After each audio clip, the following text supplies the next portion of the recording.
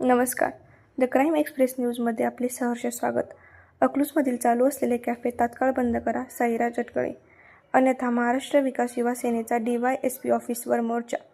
अकलूज प्रतिनिधी सांगलीमध्ये असलेल्या कॅफेमध्ये अल्पवयीन मुलीवर गुंगीचे औषध देऊन बलात्कार करण्यात आल्याची घटना घडली असून अशाच प्रकारे अकलूजमधील कॅफेमध्ये प्रकार घडण्याची शक्यता असून कॅफेच्या नावाखाली अनेक अवैध प्रकार घडत आहेत. तरुण-तरुणी, विद्यार्थी-विद्यार्थिनी वाईट मार्गाला लागल्याचे दिसून येते.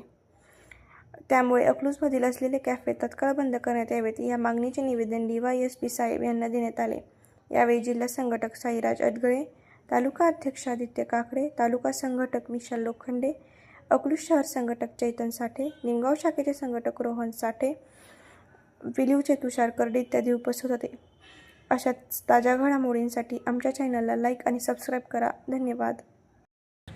नमस्ते, मी आदित्य काकडे, महाराष्ट्र विकास युवा सेना माळशिरस तालुका अध्यक्ष. सांगलीच्या कॅफेमध्ये जो काय प्रकार घडला त्या प्रकाराचा आम्ही पहिल्यांदा जाहीर निश्चय व्यक्त करतो. अकलूजमध्ये चालू असलेल्या कॅफेज जर लवकरात लवकर नाही बंद झाल्या तर आम्ही DYSP साहेबांच्या ऑफिसवर तीव्र स्वरूपाने आंदोलन करू किंवा मोर्चा काढू. धन्यवाद. नमस्ते, मी महाराष्ट्र विकास युवा सेना सोलापूर जिल्हा संघटक साईराज अटगळे.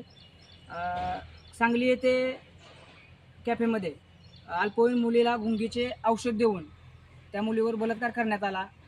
हा प्रकार अतिशय निंदनीय आहे.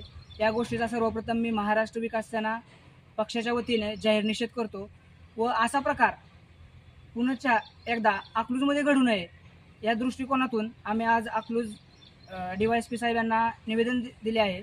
अकलूजमधील जे कॅफे आहेत ते कॅफे लवकरात लवकर बंद करण्यात यावे या मागणीसाठी आम्ही DYSP साहेबांना निवेदन दिले आहेत. जर हे कॅफे बंद नाही झाले तर DYSP कार्यालयावर आम्ही महाराष्ट्र विकास सेना पक्षाच्या वतीने भव्य मोर्चा काढू. धन्यवाद.